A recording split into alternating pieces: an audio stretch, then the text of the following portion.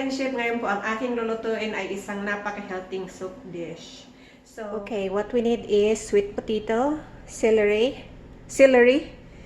onion, turnip, carrots, chicken,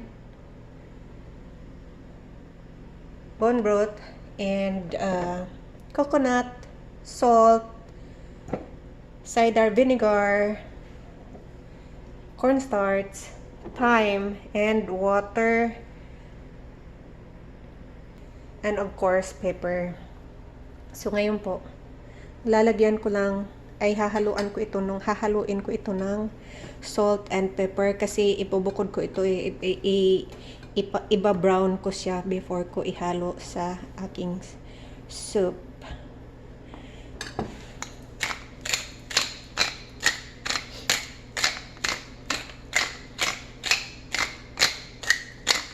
Medyo dami-damihan kasi masarap naman pag maraming pepper.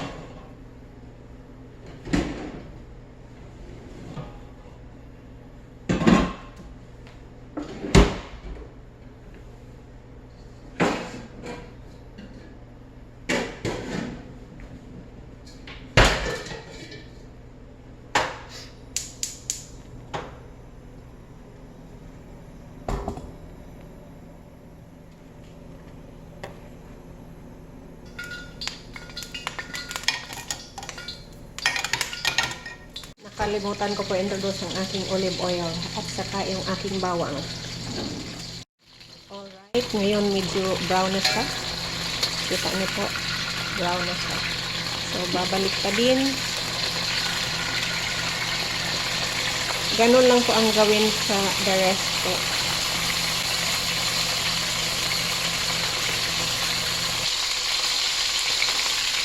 Ayan, na-brown ko na silang lahat.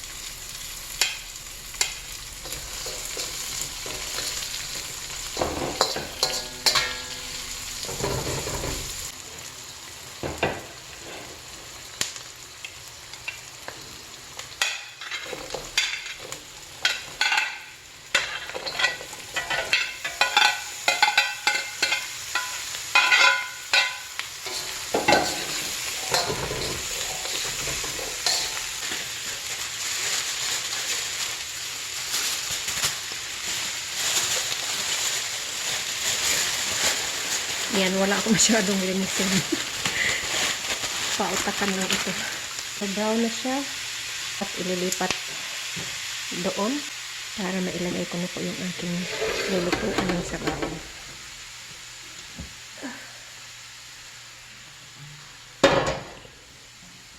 Yan.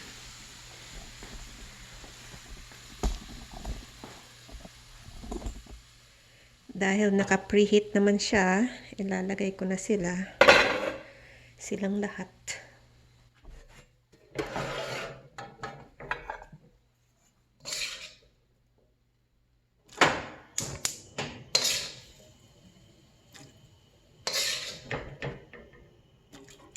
Yung coconut po kapag malapit na po maluto. Kasi mahirap pag ilagay mo agad yung coconut kasi mag-o-oil siya. Pag kumulo na po sila, ay ating hihinaan yung ilagay po natin sa low, tapos Pakukuluin po natin ng 1 hour and a half para lumambot po sila at hindi po mauubos yung tubig. Yun po ang purpose kung bakit ilagay sa para hindi po para hindi matuyo yung tubig.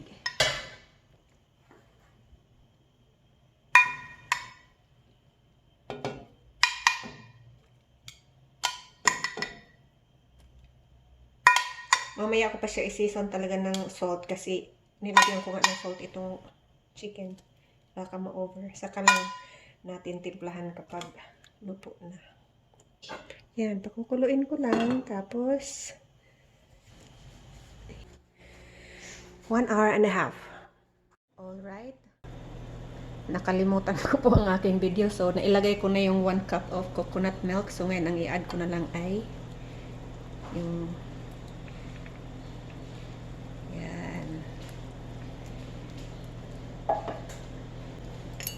tapos ilalagay ko na yung thyme.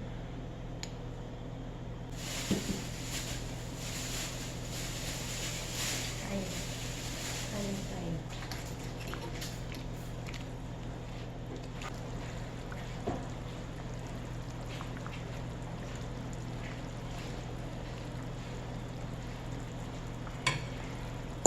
And after this, I will hindi kaunti ito kasi medyo madami-dami.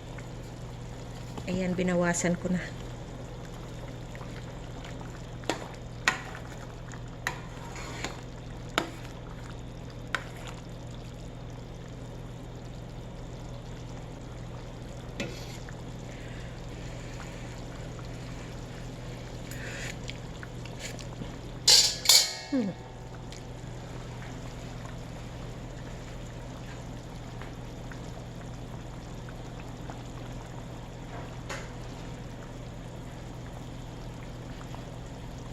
Akala ko kapag nagluluto tayo ng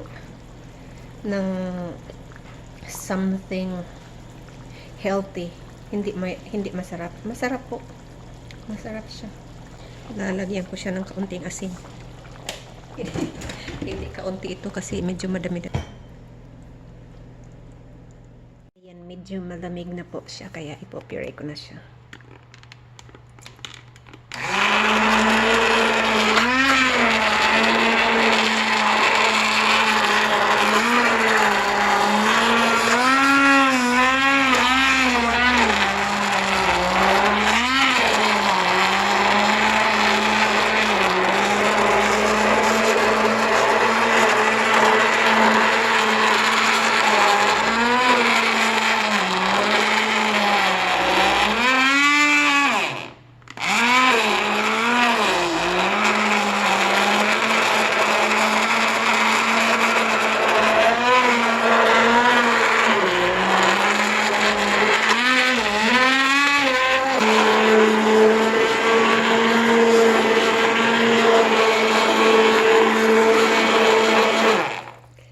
Kain na rin kami sa wakas.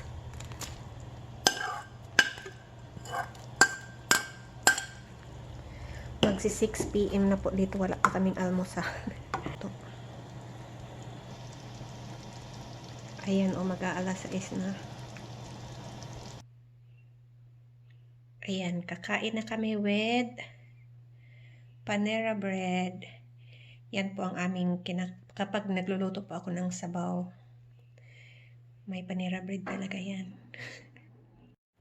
Ayan, makakakain na rin kami. Salamat po ng marami. Sa panonood, sana may natutunan po kayo. Bye-bye!